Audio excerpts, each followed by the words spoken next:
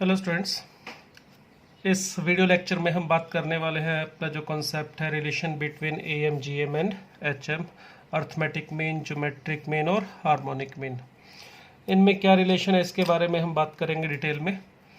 तो पहले हम बात करते हैं 2 नंबर के लिए, क्योंकि 2 नंबर के लिए हमने जी एम डिफाइन किया था अलग अलग केसेस में, पॉजिटिव के लिए, नेगेटिव के लिए। उसके बाद 2 से ज़्यादा नंबर के लिए जब हमने बात की थी तो सिर्फ पॉजिटिव नंबर के लिए बात की थी। तो इसीलिए पहले हम बात करेंगे ए और बी अगर पॉजिटिव हैं उस केस में क्या होगा। अगर ए और बी 2 पॉजिटिव रियल नंबर हैं तो उस केस में हमने कहा था अर्थमेटिक मीन, जिसे हम ए से लिखते हैं, ये किसके इक्वल होता है, ए plus B by 2। Geometric mean जो होता है वो होता है रूट ऑफ ए बी, और हार्मोनिक मीन के लिए हमने फॉर्मूला किया था 2ab अपॉन ए प्लस बी। ये उस केस में है जब दोनों नंबर हमारे पॉजिटिव होंगे। चलिए साथ में पैरेलल ही बात कर लेते हैं, जब दोनों नंबर नेगेटिव होंगे उस केस में क्या होगा।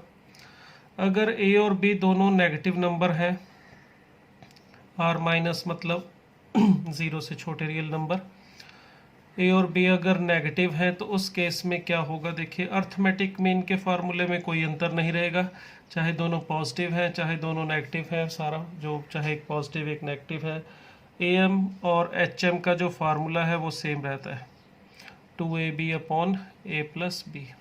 क्लियर। मगर यहाँ ज्योमेट्रिक मीन का जो फार्मूला है वो चेंज हो जाता है, वो आता है माइनस रूट ए बी। तो ये तो पहला पॉइंट हो गया हमारा, ठीक है, अर्थमेटिक मीन, ज्योमेट्रिक मीन और हार्मोनिक मीन की डेफिनेशन। दूसरी बात, ए जी और एच में एक रिलेशन होता है, ए जी और एच। अगर आप देखेंगे ए जी और एच को, ये जीपी में होते हैं, R in GP, that is G square is equal to A H. आप इसमें चेक कर सकते हैं, G square is equal to A B आ जाएगा, और इन दोनों को मल्टीप्लाई करके भी ए एच ई आर। ये बात इसमें भी बोली जा सकती है, ए जी और एच ये जीपी में होंगे। ये दूसरी प्रॉपर्टी है, इसमें भी आप चेक करना चाहो तो इस प्रॉपर्टी को चेक कर सकते हैं, G square is equal to A into H होगा। क्लियर। तीसरी बात, अर्थमेटिक मीन जो होगा वो हमेशा ज्योमेट्रिक मीन से बड़ा होगा, और ज्योमेट्रिक मीन बड़ा होगा हार्मोनिक मीन से। इसका हमने प्रूफ भी किया था ए ग्रेटर देन जी का, उसी तरह से बिल्कुल सेम आप ट्राई कर सकते हो, जी ग्रेटर देन एच भी प्रूव हो जाएगा। अगर ए और बी नेगेटिव हैं तो उस केस में अर्थमेटिक मीन सबसे छोटा, जी उससे बड़ा और एच सबसे बड़ा होता है। कोई भी 2 नंबर अगर पॉजिटिव है तो उस केस में अर्थमेटिक मीन सबसे छोटा रहेगा, हार्मोनिक मीन सबसे बड़ा। रिवर्स हो जाता है ऑर्डर अगर ए पॉजिटिव नेगेटिव है। इसका प्रूफ मैंने आपको ये दोनों का करवाया था, आप चेक कर सकते हैं जाके, ए एम जी एम वाले जो जी एम जब हम कर रहे थे वहाँ पर इसका प्रूफ मैंने करवाया हुआ है। आप जी और एच का प्रूफ उसी सेम मेथड से जी माइनस एच लेके कर सकते हैं, और आपको यह इस केस में जी माइनस एच पॉजिटिव मिलेगा, इसमें जी माइनस एच सेम वे से करके देखिएगा नेगेटिव मिलेगा। आप इसको वेरीफाई भी कर सकते हैं। एग्जांपल ले सकते हैं एक छोटा सा, अगर मैं ए की वैल्यू चलिए 2 और बी की वैल्यू ले लेता हूँ 8, और यहाँ पर -2 एंड -8 ले लेते हैं, तो देखिए ज़रा अर्थमेटिक मीन कितना मिल रहा है इस केस में। ए प्लस बी बाई 2 5 मिलेगा, जी रूट ऑफ ए बी 16 का रूट करेंगे तो 4 मिलेगा, एच 2ab अपॉन ए प्लस बी 3.2 मिल रहा है। क्लियर। सेम इसी तरह से अर्थमेटिक मीन यहाँ पे मिलेगा -5, geometric mean minus root A B होगा इस केस में, तो minus of root A B का मतलब रूट 16 दैट इज़ 4, और हार्मोनिक मीन इसमें फाइंड आउट करेंगे तो -3.2 ये मिल जाएगा। क्लियर। अब आप इस केस में देख सकते हैं ए बड़ा है जी से और जी बड़ा है एच से, और इस केस में देखिए ए छोटा है, जी से सबसे छोटा है -5, उससे बड़ा है -4, और सबसे बड़ा है -3.2। तो यहाँ ऑर्डर जो है वो रिवर्स हो जाता है। थर्ड प्रॉपर्टी, सॉरी फोर्थ, ए जी और एच इक्वल कब आएंगे। ये सिर्फ और सिर्फ उसी केस में आ सकते हैं जब दोनों नंबर हमारे क्या होंगे, सेम। ये बात इसमें भी सेम होगी। अर्थमेटिक मीन, ज्योमेट्रिक मीन और हार्मोनिक मीन इक्वल सिर्फ और सिर्फ तब आ सकते हैं जब दोनों नंबर सेम हो। अब इसमें भी एक बात और क्लियर कर लीजिए, ऐसा पॉसिबल नहीं है कि ए और जी तो सेम हो जाए और जी और एच डिफरेंट हो जाए, या जी एच सेम हो जाए ए डिफरेंट हो जाए। तो कोई दो सेम और तीसरा डिफरेंट होना पॉसिबल नहीं है, क्योंकि कोई भी दो तीनों में से इक्वल सेम एक ही पॉसिबिलिटी है जब दोनों नंबर जिनका आप एम जी एम ले रहे हैं, एच एम ले रहे हैं, वो नंबर सेम हो। इसके अलावा और कोई संभावना नहीं है।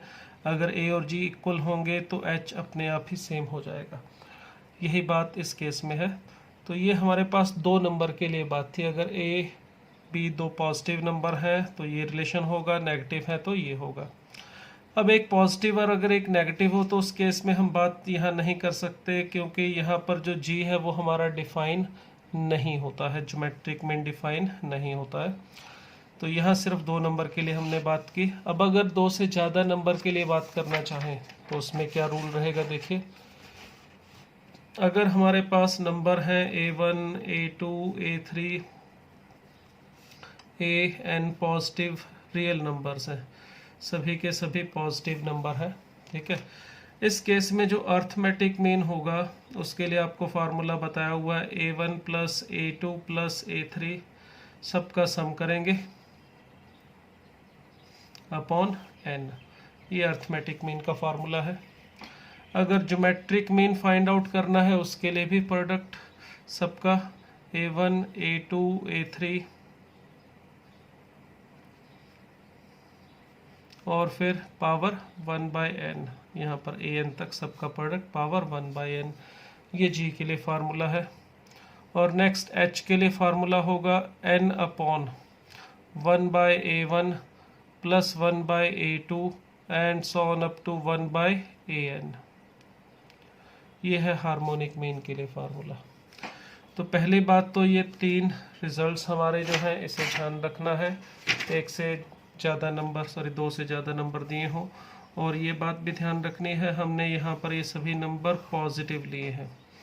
तो एक तो इनका ये फार्मूला, दूसरा इनमें रिलेशन जो रहेगा वो क्या रहेगा, अगर अर्थमेटिक मीन फाइंड आउट करेंगे वो इसमें भी ज्योमेट्रिक मीन से बड़ा या बराबर होगा और हार्मोनिक मीन से भी ज्योमेट्रिक मीन बड़ा या बराबर होगा, ठीक है। ये बात हमने दो के लिए भी बोली थी, यहाँ पर तीन के लिए, चार के लिए ये बात हमेशा ट्रू रहेगी, ठीक है। मगर ये जो बात थी सेकंड प्रॉपर्टी जिसके इज इक्वल टू AH, ये दो नंबर के arithmetic mean, geometric mean, harmonic mean में तो प्रॉपर्टी होती है G square is equal to AH, यानी AG और H GP में होंगे।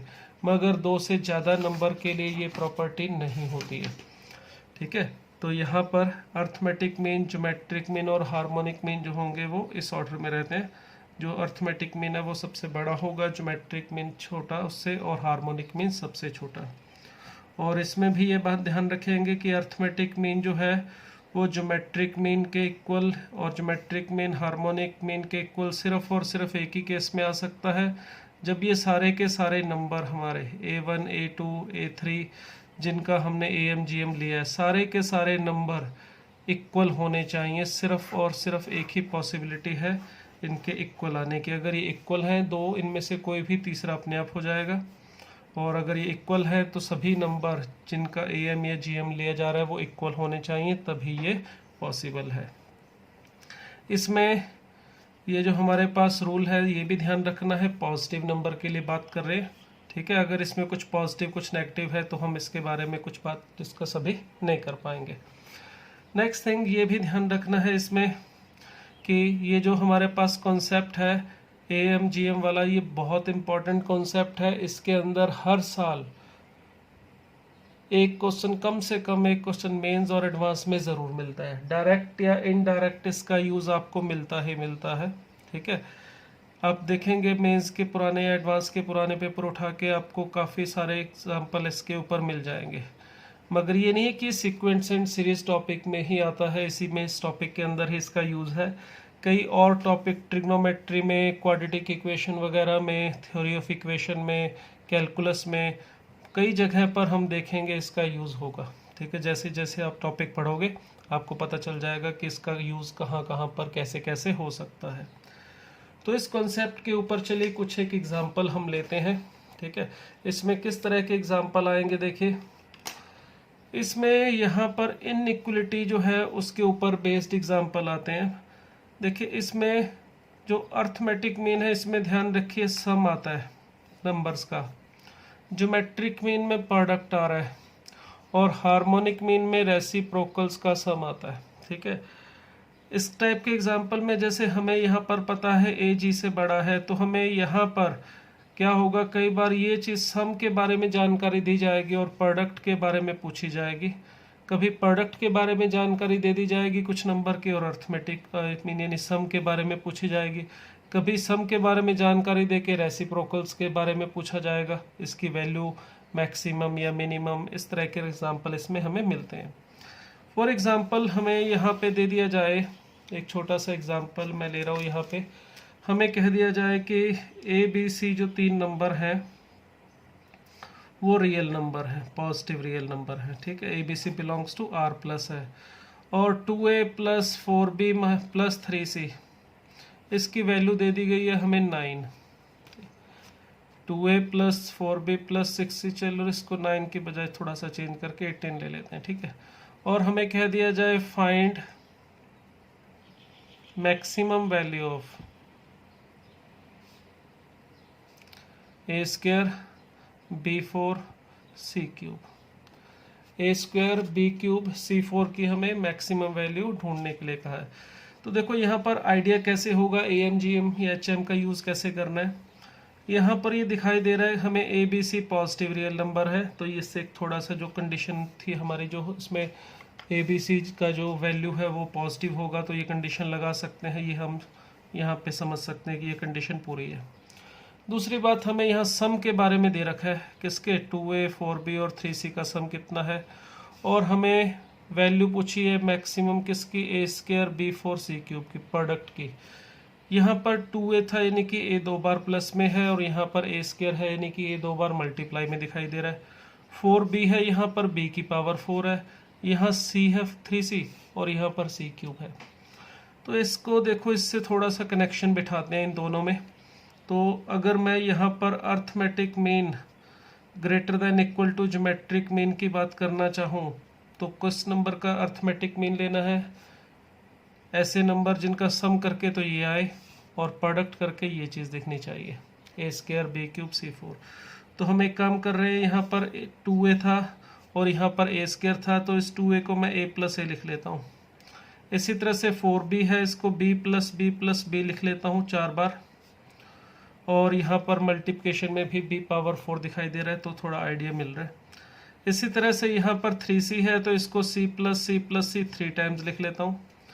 अब देखिए यहाँ पर ये जो वैल्यू है ये यही सेम है, मगर इसमें a और ये a अलग अलग लिखे हैं हमने, तो इसका मतलब 1 2 3 4 5 6 7 8 एंड 9 टर्म्स हो जाएंगी ये। अगर हमने अर्थमेटिक मीन लेना है n नंबर्स का, तो सबका सम अपॉन n होगा, इसका मतलब यहाँ पे 9 आना चाहिए। Greater than equal to geometric mean, तो ज्योमेट्रिक मीन में क्या करना है, इन सभी नंबर का जिनका अर्थमेटिक मीन लेते हैं उन सब का बस यहाँ पे प्रोडक्ट लिया जाएगा ज्योमेट्रिक मीन में। तो इनका प्रोडक्ट लेंगे तो a into A that is a square, b 4 times है तो b पावर 4, c 3 टाइम्स है तो c क्यूब। अब ये कितने नंबर थे जिनका ज्योमेट्रिक मीन ले रहे हैं, वो भी 9 थे, तो यहाँ पे पावर 1/n यानी 1/9 हम लिखेंगे। ठीक है, अब ये जो वैल्यू है हमारे पास ये मिल रहा है हमें 2a plus 4b plus 3c और इसकी वैल्यू हमें गिवन है 18, तो 18/9 is greater than equal to a square b power 4 c cube power 1/9। तो देखिए यहाँ पर हमें मिल रहा है 2, ये पावर 1/9 है, इसे उठा के इधर लाएंगे तो हमें यहाँ पे मिल जाएगा a square b power 4 c cube is less than equal to 2 power 9।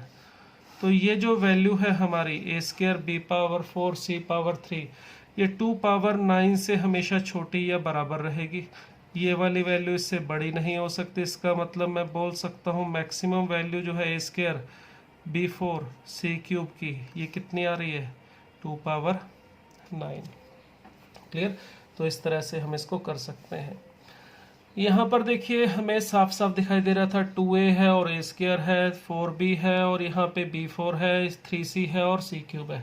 पूरा बना बनाया मिल रहा था, मगर ज़रूरी नहीं है इस तरह से पूरा तैयार सब चीज़ें बनी बनाई मिले। हमें थोड़ा सा कमी इसमें करके दी जा सकती है, कुछ इन्फॉर्मेशन चेंज करके, जिससे ये जैसे यहाँ तैयार था बिल्कुल एज इट इज़ कंप्लीट बना हुआ हो, ऐसा ज़रूरी नहीं है। जैसे इसी एग्जांपल को मैं चेंज कर लेता हूँ। देखिए इसी एग्जांपल में मैंने यहाँ पे लिख लिया, नेक्स्ट क्वेश्चन बात कर रहे हैं, ए बी सी हमें दे दिए पॉजिटिव रियल नंबर, ठीक है, और दे दिया है a plus B plus C is equal to 18, ठीक है, ए स्क्वायर b4 और c क्यूब, इसकी मैक्सिमम वैल्यू हमें ढूंढने के लिए कहा गया है। वही सेम जो एग्जांपल था उसी को थोड़ा सा बदल दिया है मैंने। यहाँ 2a plus 4b plus 3c 18 था और हमें स्क्वायर b4 c क्यूब की मैक्सिमम वैल्यू ढूंढनी थी। अब बस ये कंडीशन मैंने बदल दी है। अब देखिए क्या होगा इसमें, हमें a cube b4 c cube चाहिए था। a मल्टीप्लाई में 3 बार, b 4 बार, और यहाँ पर चलो स्क्वायर था पिछले वाले एग्जांपल में, तो मैं यहाँ पर भी स्क्वायर ही कर लेता हूँ। तो a स्क्वायर था, b क्यूब 4 है, c क्यूब है, तो यहाँ पर अब उतना वैल्यू नहीं है जो पिछले एग्जांपल में, जैसे a स्क्वायर था तो यहाँ 2a था, b पावर 4 है, यहाँ पे b 4 टाइम्स मल्टीप्लाई में, तो यहाँ 4 टाइम्स ऐड में दिया हुआ था, प्लस में दिया हुआ था। इसी तरह से c भी उसी तरह से नहीं है। तो इस तरह से ये जो सेकंड एग्जांपल की हम बात कर रहे हैं, इसमें हमें वो सारी चीज़ बनी बनाई नहीं दे रखी है, हमें चेंज करना पड़ेगा, सोचना पड़ेगा किन नंबर्स का एम जी एम लगाएं जिससे सम में ये वाली वैल्यू आए और प्रोडक्ट में ये आनी चाहिए। तो इसके लिए देखिए मुझे मल्टीप्लाई में a 2 बार चाहिए और प्लस में a है हमारे पास, तो a के 2 टुकड़े कर लेता हूँ मैं। कैसे करूँगा, a/2 प्लस a/2 ऐसे लिख लेता हूँ इसको, ठीक है। इसी तरह से b हमारे पास मल्टीप्लिकेशन में 4 बार चाहिए तभी b पावर 4 मिलेगा, हमारे पास b 1 बार है, तो इसको b को मैं क्या करता हूँ, इस तरह से लिख लेता हूँ b power 4 plus b power 4 b/4 plus b/4 इस तरह से 4 टाइम्स, इस तरह से लिख लिया, तो इससे मल्टीप्लिकेशन में 4 टाइम्स आ जाएगा। c को भी 3 टाइम चाहिए मल्टीप्लिकेशन में, तो प्लस में है c 1 बार, तो उसको भी 3 टुकड़ों में डिवाइड कर रहा हूँ, c/3 c/3 एंड c/3। ऐसा करने से क्या होगा, ये है हमारे पास 9 नंबर, और अगर अर्थमेटिक मीन लें तो अपॉन 9। अब ग्रेटर देन इक्वल टू होना चाहिए ज्योमेट्रिक मीन, तो ये हमारे पास जो 9 नंबर है इनका मल्टीप्लाई करूँगा, तो इन दोनों को मल्टीप्लाई करने पर a स्क्वायर अपॉन 2 पावर 2 मिलेगा। इनको मल्टीप्लाई करने पर b पावर 4 अपॉन 4 पावर 4 मिल जाएगा, और इसी तरह से c क्यूब अपॉन 3 पावर 3 ये मिलेगा। ये 9 नंबर का सम था अपॉन 9, ज्योमेट्रिक मीन है तो यहाँ पे पावर में 1/9 आ जाएगा। ये वैल्यू है हमारे पास 18, ऊपर जो सम बनेगा a plus b plus c ही है। तो देखिए यहाँ पर ये हमें मिल रहा है a square b power 4 c cube upon, इसे 2 पावर 2 लिखूँ तो 2 पावर 8 और 2 पावर 2 पावर 10 लिख सकते हैं, और 3 पावर 3, और पावर ऊपर है 1/9। इसे सिंप्लीफाई करेंगे तो 2 मिलेगा, ये 1/9 इधर ले चलेगा, तो a square b power 4 c cube upon 2 power 10 3 power 3 is less than equal to 2 power 9 मिल रहा है। तो हमें मैक्सिमम वैल्यू पूछी थी a square b power 4 c cube की, तो वो हमें मिल रही है 2 पावर 18 इंटू 3 पावर 3, तो ये है maximum value a square b power 4 c cube, ठीक है, इज 2 पावर 18 3 पावर 3, ये इसकी मैक्सिमम वैल्यू हमें मिल गई है। अब इसमें थोड़ा सा और भी इंफॉर्मेशन हमसे पूछी जा सकती है। हमें ये भी कहा जा सकता है find values of a, b and c when a square b4 c cube attains its maximum value। ये जो a square b4 c cube है, जब ये अपनी मैक्सिमम वैल्यू पे पहुंचेगा उस वक्त a b c की वैल्यू क्या होगी, ये हमें पता करने के लिए भी कहा जा सकता है। अब देखिए यहाँ पर हमारे पास ये जो मैक्सिमम वैल्यू है, ये नंबर इसके इक्वल कब आएगा, सोचिए। थोड़ा एक कदम पीछे चलते हैं। ये इससे हमेशा छोटा या बराबर है और हम चाहते हैं बराबर आए। यहाँ पे सिर्फ इक्वल टू का साइन आए, तो ये इक्वल टू का साइन तभी आएगा जब यहाँ पर इक्वल टू का साइन आए। यहाँ पर इक्वल टू का साइन आने का मतलब ये जो अर्थमेटिक मीन है वो ज्योमेट्रिक मीन के इक्वल आ जाए। तो इसका मतलब हुआ, हम कह सकते हैं कि a square b4 c cube is equal to क्या होगा, 2 power 18 3 power 3 if and only if am is equal to gm होगा। देखिए अगर यहाँ पे अर्थमेटिक मीन ज्योमेट्रिक मीन से बड़ा होगा, बराबर नहीं होगा, तो इस केस में ये वाली वैल्यू जो है इससे छोटी ही रहेगी, साइन इनइक्वलिटी का ही रहेगा। हम चाहते हैं कि ये दोनों बराबर आए, तो ये दोनों में यहाँ पर इक्वल टू का साइन बस चलते जाए। यहाँ इक्वल टू तभी आएगा जब यहाँ इक्वल टू आएगा, यहाँ तभी आएगा जब यहाँ पर आएगा, यहाँ तभी आएगा जब इस जगह पर होगा, और यहाँ पर सिर्फ तभी आ सकता है जब am इक्वल टू gm हो। और am is equal to gm तभी हो सकता है जब उन नंबर्स का जिनका am और gm लिया गया है वो नंबर इक्वल हो। अब यहाँ पे ये मत बोलना a is equal to b is equal to c, क्योंकि यहाँ हमने a b और c का am gm नहीं लिया है। यहाँ अर्थमेटिक मीन हमने लिया है a/2 a/2 b/4 b/4 इन नंबर्स का। ये जो नंबर मैं यहाँ सर्कल कर रहा हूँ, हमने इन नंबर्स का अर्थमेटिक मीन लिया है। तो अगर अर्थमेटिक मीन ज्योमेट्रिक मीन के इक्वल है तो ये तभी होगा जब a/2 is equal to b/4 is equal to c/3 होगा। ठीक है।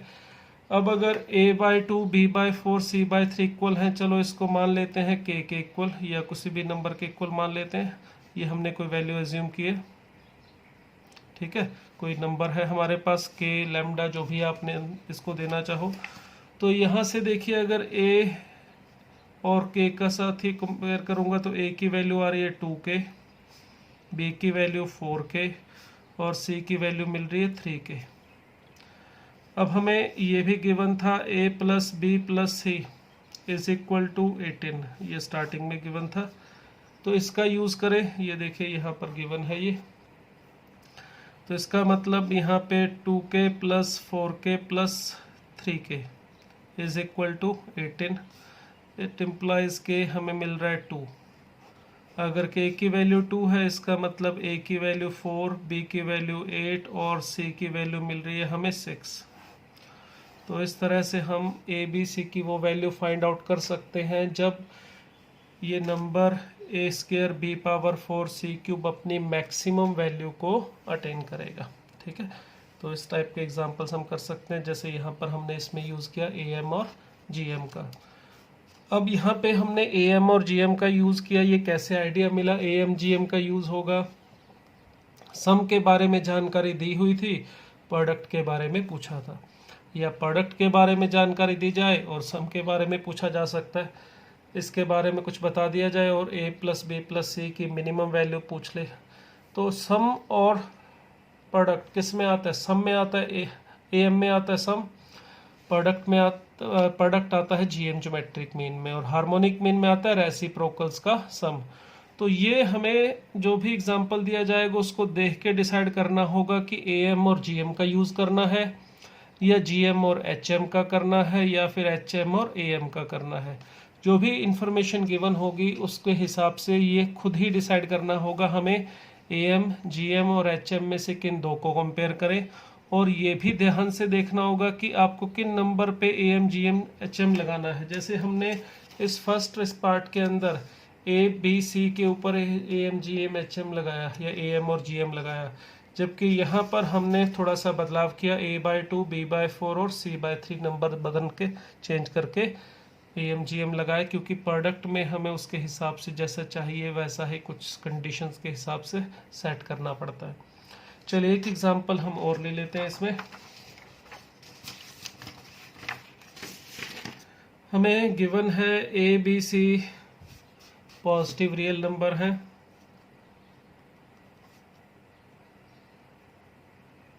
ठीक है, और हमें कह दिया जाए prove that 2 upon A plus B plus 2 upon B plus c plus 2 upon C plus a is greater than और इक्वल टू 9 अपॉन, सॉरी यहाँ पे 9 है, ए प्लस बी प्लस सी। ये हमें प्रूव करना है, ठीक है। अब इसको प्रूव करने के लिए देखिए क्या कर सकते हैं। अगर हमें ए प्लस बी प्लस सी रियल नहीं, सिर्फ पॉजिटिव रियल नंबर दिए हैं, ये पॉजिटिव रियल नंबर है, A B c greater than 0 है, और ये प्रूव करना है। अब इसको प्रूव करने के लिए देखिए इसमें क्या दिखाई दे रहा है, जिसके हिसाब से हम कौन सा रिलेशन लेंगे ये डिसीजन लेना है। यहाँ पर ए प्लस बी प्लस सी दिखाई दे रहा है, यानी कि सम दिखाई दे रहा है, तो इससे आइडिया मिल रहा है कि हमें ए एम में ये चीज़ मिल सकती है। और यहाँ पर देखिए कुछ रेसिप्रोकल में दिखाई दे रहा है, 1 अपॉन ए plus B, 1 upon B plus C, या 2 अपॉन, एक ही बात है, वो तो कांस्टेंट, तो अगर कॉमन निकाल ले तो हमें जो मेन चीज़ यहाँ पे दिखाई दे रही है 1 अपॉन ए plus B, 1 upon B plus C, 1 upon सी प्लस से दिखाई दे रही है। तो एक तो सम दिखाई दे रहा है, मगर वो नीचे पड़ा है, कोई बात नहीं, उसको ऊपर लाने के सोचेंगे, क्योंकि ये ऊपर पड़ा है, क्योंकि हार्मोनिक मीन में नीचे होता है और अर्थमेटिक मीन में ये ऊपर होता है, तो ये कोई दिक्कत नहीं, ऊपर भी आ जाएगा और ये नीचे भी ला सकते हैं जब क्रॉस मल्टीप्लाई करेंगे। अब यहाँ पे हमें ये तो आइडिया हो गया कि सम दिखाई दे रहा है और रेसिप्रोकल का सम दिखाई दे रहा है, तो सम एपी में आता है, रेसिप्रोकल्स का सम आता है एचपी में, तो इसका मतलब हमें यूज़ करना चाहिए एएम और एचएम का। तो अर्थमेटिक मीन ज्योमेट्रिक मीन से बड़ा होता है, ज्योमेट्रिक मीन हार्मोनिक मीन से, अब जीएम की कोई ज़रूरत नहीं है, एएम और एचएम का हम यूज़ करेंगे। अगर मान लो 3 नंबर की बात करें तो ये कह सकते हैं 3 number x plus y plus z upon 3 greater than equal to 3 upon 1 by x plus 1 by y plus 1 by z. ये 3 नंबर के लिए है, मगर अब इसमें एक्स वाई जेड कौन होने चाहिए वो यहाँ से डिसाइड करो। देखो ए प्लस बी रेसिप्रोकल में दिखाई दे रहा है, B plus c, c plus C, तो एक्स की वैल्यू मैं ले रहा हूँ ए प्लस बी, वाई की बी प्लस सी, 2 की चिंता मत कीजिए, वो अपने आप जब इनको ऐड करोगे तो वहाँ से बन जाएगा सी प्लस ए। अगर ये 3 नंबर मैंने लिए, अब इसको 6 मत समझो, ये एक साथ लीजिए, ए प्लस बी को, बी प्लस सी को एक मानिए और सी प्लस ए को भी एक। तो अगर ये 3 नंबर हैं तो अर्थमेटिक मीन के लिए 3 से डिवाइड होगा, ठीक है। अब इसको हमने 6 क्यों नहीं लिया, अगर 6 लेते तो यहाँ पर 6 अपॉन 1 बाय ए, 1 बाय बी, 1 बाय सी, इस तरह से लिखना पड़ता, और हमें जैसा चाहिए हमें उसके हिसाब से ही नंबर एज्यूम करने पड़ेंगे जिनके ऊपर ए एम और जी एम या ए एम और एच एम हम अप्लाई कर रहे हैं। ग्रेटर देन इक्वल टू यहाँ पर आने का 3 अपॉन 1 बाई एक्स का मतलब A plus B, 1 upon B plus C और 1 अपॉन सी प्लस ए, ठीक है। अब देखिए ये जो वैल्यू है हमारे पास ऊपर आ रही है 2 times A plus B plus C, तो 2a plus B plus C upon 3 greater than equal to आ रहा है 3 upon 1 upon A plus B plus 1 upon B plus C and 1 upon C plus A. Clear. अब हमें दिया हुआ है A B C positive real number है, तो इसका मतलब ये वाली वैल्यू पॉजिटिव होगी और ये भी पॉजिटिव होगी। तो इस positive number A plus B plus C को क्या कर रहा हूँ मैं, नीचे ला के डिवाइड कर रहा हूँ, ठीक है, क्योंकि ये जो ए प्लस बी प्लस सी जो प्रूव करना है उसमें है नीचे है। 3 को आप नीचे ले आइए और इसको यहाँ पे, या 3 को ऊपर चाहिए हमें, चलो कोई बात नहीं, एक काम कीजिए, इस वाले 3 को भी ऊपर ले चलते हैं और इस ए प्लस बी को नीचे ले आते हैं। तो ये 2 ऊपर रहने देते हैं, जो कि ये 2 पर जहाँ पे दिखाई दे रहा है वैसा बनाने के काम आ जाएगा। 2 अपॉन ए प्लस बी, इसे हम ऊपर लेके चले गए, और 2 upon B plus c plus 2 upon C plus a is greater than equal to 9 upon ये a plus B plus c. देखिए ये हमने प्रूव कर दिया, यही प्रूव करना था, ठीक है। अब यहाँ पर जैसे हमने प्रूव करना था, अब इसी के अंदर थोड़ा सा क्वेश्चन को और मुश्किल बनाया जा सकता है। जैसे यहाँ पर तो ये प्रूव दैट था, इसी में थोड़ा सा मैं बदलाव करूँ जो क्वेश्चन है यही रहेगा, मगर इसमें थोड़ा सा अपग्रेडेशन कर देते हैं। जैसे हमें कह दिया जाए a B C belongs to R plus है,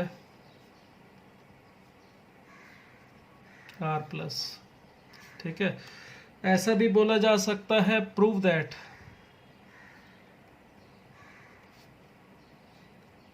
ए upon B plus c plus b upon C plus a plus C upon A plus b is greater than equal to 3/2।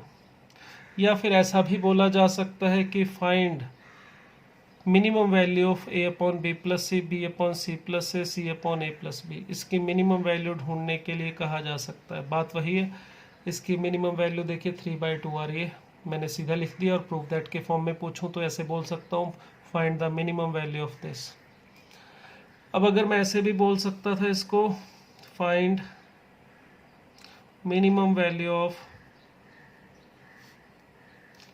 A upon B plus c plus b upon C plus a and plus C upon A plus b. तो दोनों में solve करने का तरीका, सोचने का तरीका क्या रहेगा, देखिए यहाँ पर ये हमें जो दिखाई दे रहे 3 नंबर, चलो सम में दिखाई दे रहे हैं, मगर यहाँ पर तो कोई वेरिएबल है ही नहीं। तो मैं ए एम जी एम किस लगाऊं या ए एम एच एम लगाऊं या जी एम एच एम लगाऊं तो कैसे डिसाइड होगा। या फिर मुझे इसकी मैक्सिमम या मिनिमम वैल्यू पूछिए, मिनिमम वैल्यू पूछिए तो वही बताना है किससे बड़ा होगा, किससे बड़ा होगा। तो डिसीजन तो वही है, A M G M H M किसके ऊपर लगाया जाए। तो उसके लिए देखिए यहाँ पर अगर मैं इस पूरे को 1 नंबर मान के सोचूं तो इसका सम भी कुछ सिंपल नहीं बन, सम तो दिया हुआ, चलो प्रोडक्ट में भी देखूंगा तो बड़ा मुश्किल सा बनेगा। इन तीनों को मल्टीप्लाई करूंगा तो वो भी कोई कांस्टेंट वैल्यू नहीं आ रही जैसे यहाँ दिखाई दे रही है। ना ही मुझे इनके रेसिप्रोकल का सम करने पर, अगर मैं इसका रेसिप्रोकल करके सम करूँ यानी बी प्लस, ये अगर ए एम में सोचूं तो जी एम में रेसिप्रोकल का सम होता है कुछ ऐसा, सी प्लस ए अपॉन बी और ए प्लस बी अपॉन सी। और ये भी चेक करके देख लीजिए कि ये तो सीधा सम था, हम सम के बारे में देखा है, ये मान के चले ये अगर एक्स वाई जेड है तो इनका सम ये अगर है, प्रोडक्ट कांस्टेंट नहीं आ रहा जिससे यहाँ पर वैल्यू कांस्टेंट आए। रेसिप्रोकल का सम भी देख लो, कांस्टेंट वैल्यू नहीं आ रही, तो हम यहाँ पे चाह रहे हैं कि कांस्टेंट वैल्यू आए। तो ये सीधे 3 नंबर माने अगर एक्स वाई जेड, तो इनके ए एम को मैं जी एम के साथ कंपेयर करूँ या इन तीनों के सम को मैं रेसिप्रोकल के सम यानी कि एच एम के साथ कंपेयर करूँ, तो ना तो एच एम यहाँ कांस्टेंट आ रहा है, ना ही यहाँ पे इनका प्रोडक्ट यानी जी एम में कांस्टेंट वैल्यू आएगी। तो इसका मतलब क्या होगा, हमें यहाँ पर ये डिसीजन लेना होगा कि कौन से ऐसे नंबर होंगे जिनका A M G M H M यहाँ पे आना चाहिए। उसके लिए देखिए यहाँ पर b plus c, c plus a और ए प्लस बी दिखाई दे रहा है, ऊपर ए बी सी है। तो एक काम करता हूँ, यहाँ पर मैं सोचूं अगर +3 हो जाए, ए upon B plus c, b upon C plus a और सी अपॉन ए प्लस बी, और -3 भी चलो देख लेंगे, कोई बात नहीं। तो इस तरह से अगर मैं इस 3 का एक 1, इस 3 के 3 टुकड़े करूँ 1 1 1 और इन तीनों के साथ प्लस में लूँ, तो मुझे कुछ ऐसा आइडिया मिलेगा कि एक बार इसके साथ जैसे 1 प्लस ए अपॉन बी प्लस सी लिखूंगा तो एलसीएम लेके ए प्लस बी प्लस सी अपॉन बी प्लस सी मिलेगा। और इसी तरह से यहाँ पर एक 1 इसके साथ ऐड करूँ तो ए प्लस बी प्लस सी अपॉन सी प्लस ए मिलेगा। और इसी तरह से ए प्लस बी प्लस सी अपॉन ए प्लस बी कुछ मिलेगा। ये हम सोचने का तरीका देख रहे हैं कि किस तरह से आइडिया लिया जाए कि किन नंबर पे ए एम और जी एम लगाना चाहिए। तो हमें यहाँ पे ये दिखाई दे रहा है यार, एक तो ए प्लस बी प्लस सी है, एक जो 3 था वो चलो पड़ा रहेगा यहाँ पे, उसके बारे में सोचेंगे। ए प्लस बी प्लस सी और सी प्लस ए, ये ऐसी कुछ वैल्यूज़ मिल रही है हमें। अब यहाँ पे ये दिखाई दे रहा है कि ये तीनों रेसिप्रोकल में है, इनको उल्टा करके इनका सम करूँ तो यही चीज़ वैल्यू आ रही है। तो इसका मतलब ये जो नंबर है वो एच एम में आ सकते हैं और ये नंबर ए एम में आ सकता है। तो इस तरह से हम इसके बारे में सोच सकते हैं कि कैसे नंबर हम चूज़ करें कि जिससे सिंप्लीफाई करके ए एम जी एम या ए एम एच एम या जी एम एच एम लगा के ये चीज़ बने। तो इसका मतलब हमें यहाँ पे यही 3 नंबर और वापस मिल गए जिसके बारे में हम पता चल गया कि एक HM लगाना है और एक लगाना है AM। तो देखिए यहाँ तक का काम हमने अभी किया था, ये देखो ये हम कर चुके हैं यहाँ पे, ठीक है। ये हमने नंबर चुने कौन कौन से, 1/a+b, 1/b+c, 1/c+a, और उस पे AM HM लगाया तो हम यहाँ पहुँच गए थे। अब हमें पहुँचना था यहाँ पे a/b+c, b/c+a, c/a+b। तो लीजिए ये a+b+c है, इसे उठा के अब मैं ऊपर ले जाता हूँ और ये 2 कॉमन निकाल के नीचे ले आऊँ। तो a+b+c upon a+b plus a+b+c upon b+c, और यहाँ पर a+b+c अपॉन कितना, c+a, greater than equal to 9/2, ये मिल रहा है हमें। अब मैं इसे थोड़ा ऊपर कर देता हूँ।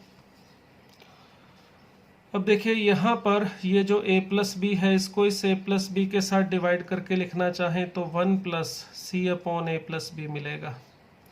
इसी तरह से इसमें b+c ऊपर दिखाई दे रहा है, तो इस b+c के साथ इसे डिवाइड करूँ तो a/b+c +1 मिलेगा।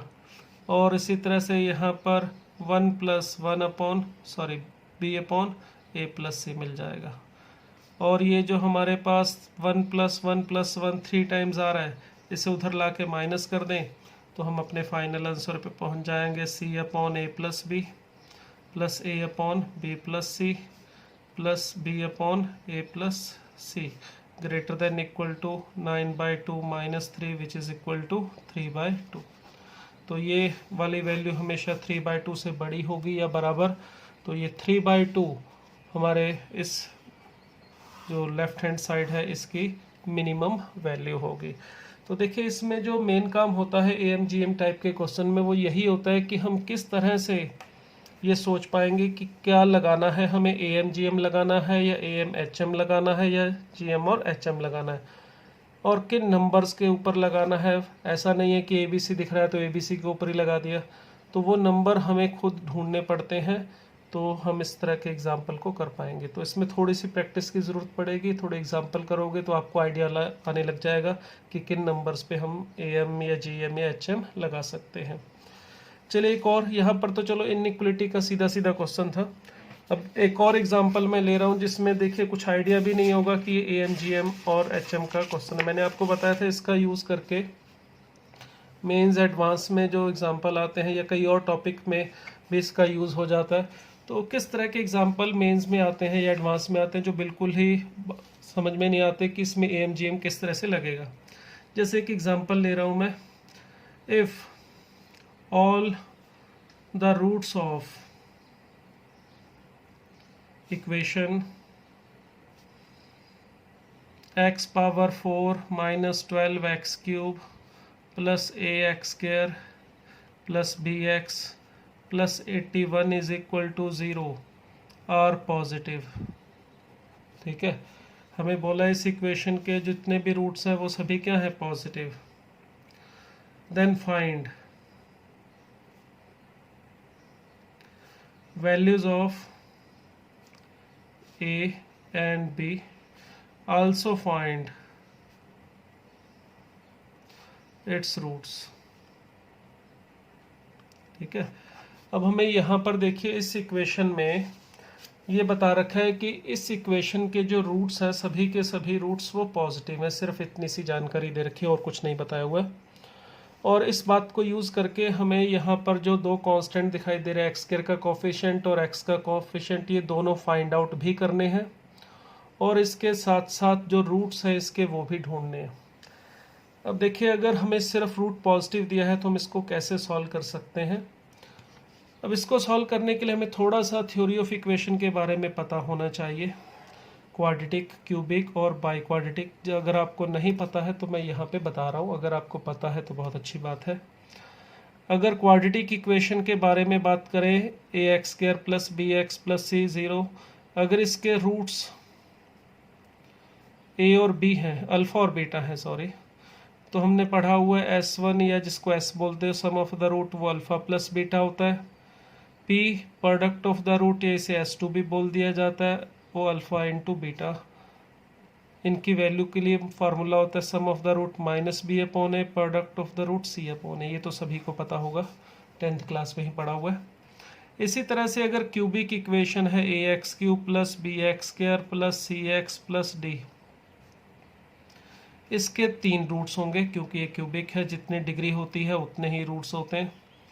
अगर इसके रूट अल्फ़ा बीटा गामा है तो उस केस में हमारे पास 3 चीज़ें होती हैं। S1 जिसे समीशन अल्फ़ा बोल देते हैं, यानी कि alpha plus beta plus gamma, sum of the root taken 1 at a time, और इसके लिए फार्मूला होता है minus B upon a. S2 यानी product of the root taken 2 at a time जिसे कहते हैं, जिसे अल्फ़ा बीटा बोल देते हैं। इसमें इनको दो बार पेयर्स में मल्टीप्लाई करके ऐड किया जाता है, जैसे अल्फ़ा गामा और बीटा गामा 3 टर्म आएंगे, alpha beta, beta gamma and gamma alpha, और इसकी वैल्यू होती है सी अपॉन ए। इसी तरह से S3 का मतलब होगा sum of the root taken 3 at a times, तीनों एक साथ लोगे तो सिर्फ एक ही टर्म आएगी, अल्फ़ा बीटा गामा, और इसकी वैल्यू होती है minus D upon A. Clear? तो ये क्वाड्रेटिक के लिए, ये क्यूबिक के लिए, और इसी तरह से होता है बाई क्वाड्रेटिक के लिए, जो मैं यहाँ लिख लेता हूँ। अब यहाँ पर यह है biquadratic equation x power 4 minus 12x square cube plus a x square plus B x plus 81 is equal to 0। अब इस इक्वेशन में देखिए, इस इक्वेशन की डिग्री 4 है तो रूट्स होंगे 4 अल्फ़ा बीटा गामा और डेल्टा, ये मैं रूट्स मान लेता हूँ। और ये मेंशन किया हुआ है कि अल्फ़ा बीटा गामा डेल्टा, इसके जो रूट्स हैं वो पॉजिटिव हैं सभी के सभी। ठीक है, अब इसमें क्या होगा, S1 होगा। S1 का मतलब sum of the root taken 1 at a time, यानी कि सबको एक बार लेके ऐड करना है, alpha plus beta plus gamma plus delta. Value के लिए formula minus B upon A, जैसे यहाँ पर था, यानी कि जो सेकेंड लास्ट हाईएस्ट टर्म होती है उसके कोफिशिएंट, जैसे यहाँ पर x का कोफिशिएंट था, यहाँ x स्क्वायर का, और यहाँ पर x क्यूब का कोफिशिएंट, ये b है, तो माइनस बी यानी कि 12 अपॉन a x4 का कोफिशिएंट वो 1 है। S2 का मतलब sum of the root taken 2 at a time, यानी कि alpha beta, summation alpha beta. इसमें क्या करेंगे, दो को मल्टीप्लाई करेंगे, दो को मल्टीप्लाई करके ऐड करेंगे, तो इसमें कितने टर्म्स आएंगे, देखिए पहले अल्फ़ा मल्टीप्लाई होगा सभी के साथ, alpha beta alpha gamma alpha delta, 3 terms तो ऐसे आएंगी, alpha beta alpha gamma and alpha delta. फिर बीटा मल्टीप्लाई होगा आगे चल के इन दोनों के साथ, तो beta gamma and beta delta. फिर गामा मल्टीप्लाई होगा, तो आगे की तरफ ही बढ़ना है, पीछे नहीं जाना है, वो कम पहले से लिख चुके होते हैं, तो गामा डेल्टा, तो इसमें 6 टर्म्स आएंगे। इसकी वैल्यू क्या होगी, देखिए S1 के लिए नेगेटिव, S2 के लिए पॉजिटिव और S3 के लिए फिर नेगेटिव होता है, इस ऑर्डर में चलता है। तो S2 के लिए यहाँ से आ जाएगा A, यानी कि यहाँ से x स्क्वायर का कोफिशिएंट, 4 का कोफिशिएंट वो 1 है, वो यहाँ नीचे आ रहा है।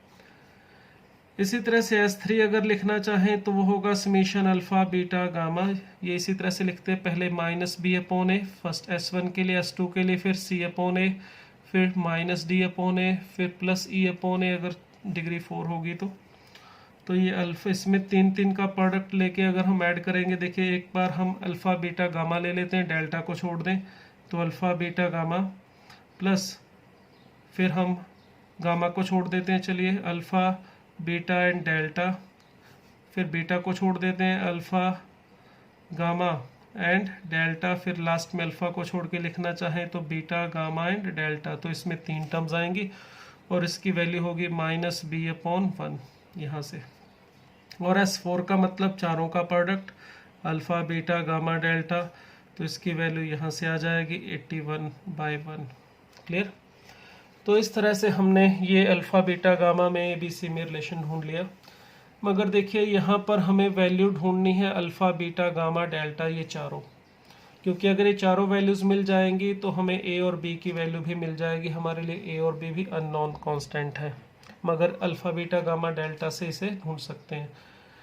मगर प्रॉब्लम यह है कि यहाँ अल्फ़ा बीटा गामा डेल्टा की वैल्यू ढूंढने के लिए जो काम की इक्वेशन है वो सिर्फ 2 है। इन 2 इक्वेशन में तो A और B आ रहा है, ठीक है। वैसे तो टोटल इक्वेशन हमारे पास 4 है, मगर इन 2 इक्वेशन को देखें तो ये तो कोई भी इसमें कांस्टेंट नहीं है। ये हमारे पास कुल 4 इक्वेशन ऐसे भी समझ सकते हो, मगर ये कांस्टेंट भी अगर ए और बी अलग अलग माने तो वैसे जितने वेरिएबल हैं उतनी इक्वेशन हमारे पास नहीं है। मैथ्स का रूल बताया था आपको, जब भी हमें सॉल्व करना हो तो बेसिक रूल होता है मैथ्स का, वैल्यूज़ ढूंढना हो, इक्वेशन सॉल्व करना हो तो जितनी वैल्यूज़ ढूंढनी है हमारे पास, जितने वेरिएबल्स हैं हमारे, उतने कम से कम इक्वेशन होनी चाहिए, तभी हम उसे सॉल्व कर सकते हैं। अगर इक्वेशन कम हो तो डेफिनेटली उसमें कुछ ना कुछ अलग छुपा होता है जो पकड़ के हमें ढूंढना होगा, उसकी हेल्प से उसे सॉल्व किया जाता है। यहाँ पे जो छुपा हुआ कॉन्सेप्ट है वो ये है कि एक तो ये नंबर पॉजिटिव है और दूसरी बात इन सब का प्रोडक्ट पता है और सम भी पता है। अब अगर मैं इन चारों का अर्थमेटिक मीन लेना चाहूँ, किसका, अल्फ़ा, बीटा, गामा और डेल्टा का, alpha, beta, gamma and delta, तो 4 है तो इनका सम करके बाय 4 करेंगे तो 12/4 विच इज़ इक्वल टू 3। अगर मैं ज्योमेट्रिक मीन लेना चाहूँ तो alpha into beta into gamma into delta, चारों का प्रोडक्ट पावर कर दूंगा 1/4। ठीक है, तो इससे मुझे मिल जाएगा 81 पावर 1/4। तो देखिए ये भी 3 आ रहा है। अब चीज़ जो है, मेन काम यही था, अगर ये पकड़ में आया तो क्वेश्चन में कुछ भी नहीं है, क्वेश्चन ख़त्म हो गया। अगर हम इनको मिला के सॉल्व करते रहे तो कभी नहीं होने वाला। अब अर्थमेटिक मीन और ज्योमेट्रिक मीन इक्वल आ रहे हैं, तो ये तभी पॉसिबल है जब हमारे सारे नंबर जिनका हमने अर्थमेटिक मीन या ज्योमेट्रिक मीन लिया है वो सभी नंबर इक्वल हों। और अगर सभी इक्वल हैं तो किसके इक्वल होंगे ये भी डिसाइड कर सकते हैं यहाँ से, alpha plus beta plus gamma plus delta, ये हमें दिया हुआ था 12, तो इसका मतलब इन सब की वैल्यू कितनी हो जाएगी, 3। सॉरी, तो अगर alpha plus beta plus gamma plus delta 12 है तो इन सब की वैल्यू अगर इक्वल है तो सबकी वैल्यू होनी चाहिए 3।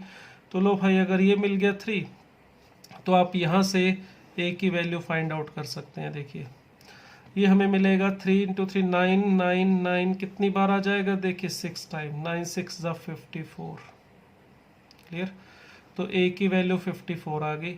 इसी तरह से बी की वैल्यू ढूंढनी है तो यहाँ से देखिए ये alpha beta gamma, alpha beta gamma, alpha beta gamma, ये हर एक टर्म की वैल्यू 27 आएगी। तो 27 कितनी बार आ रहा है, 4 टाइम्स, तो ये आ जाएगा हमारे पास 8 एंड 108।